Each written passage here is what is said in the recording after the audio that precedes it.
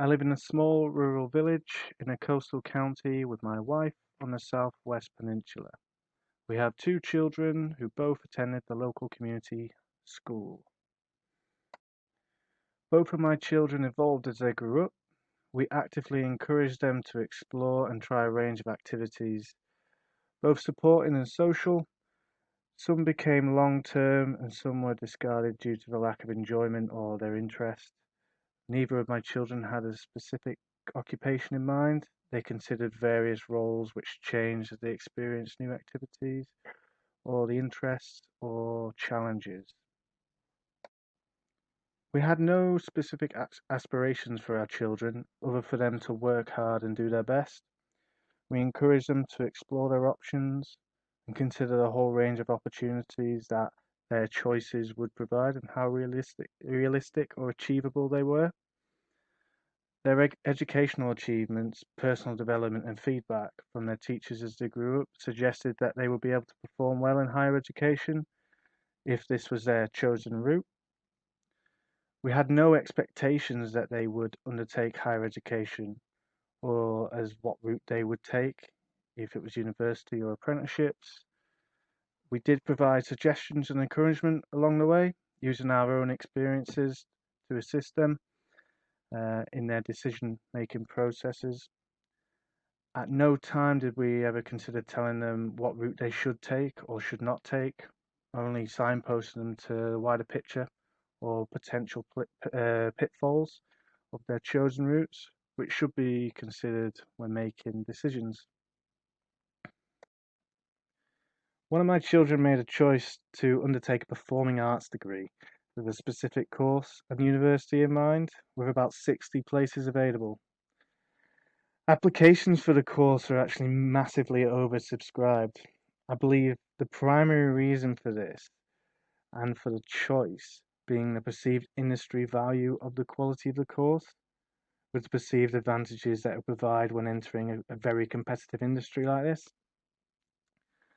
He was selected to attend a one-day audition and a selection process, but unfortunately he was not selected.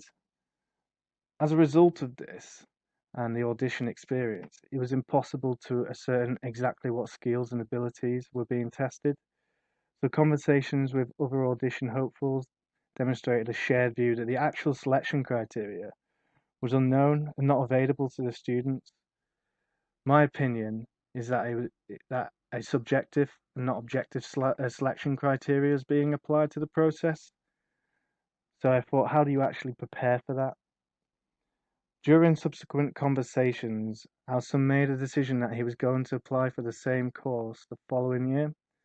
Alternative options were discussed, including considering alternative degree courses at other institutions, and what was the alternative plan if the second application failed. At this point, he solely focused on the course. He did not appear to open up to alternatives. We were keenly aware that the choices made needed to be owned by himself, and at the point we needed to be supportive and not try to impose our own values and beliefs on the decision. A gap year job was undertaken, and occasional discussions took part as to the next year's plan.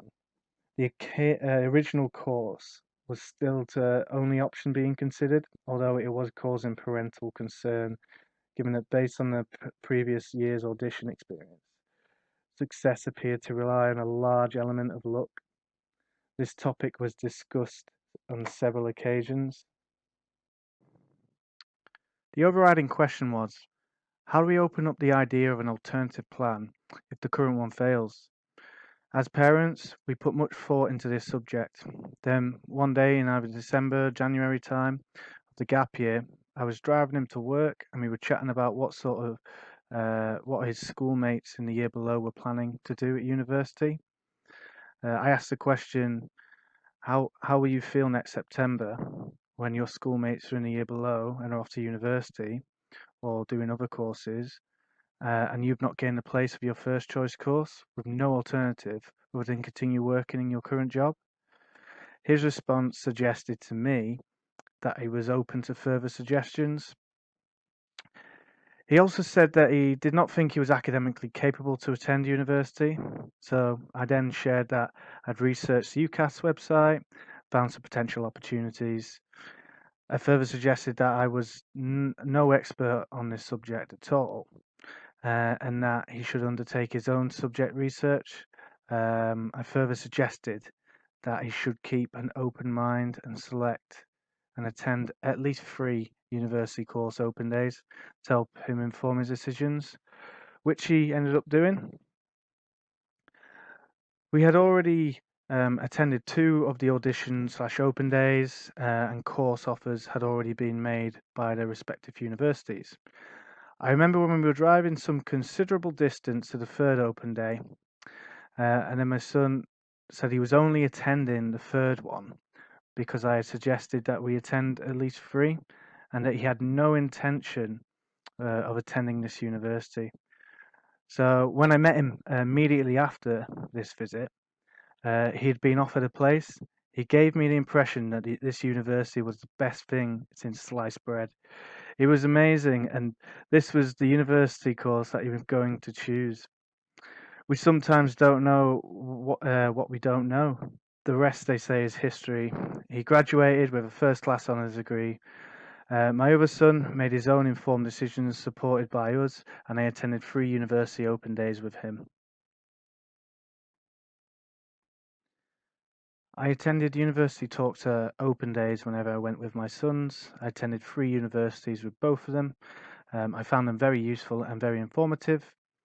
They gave a useful overview of the student support and services available within the universities, in addition to the educational topics and facilities that we went there to view with my sons.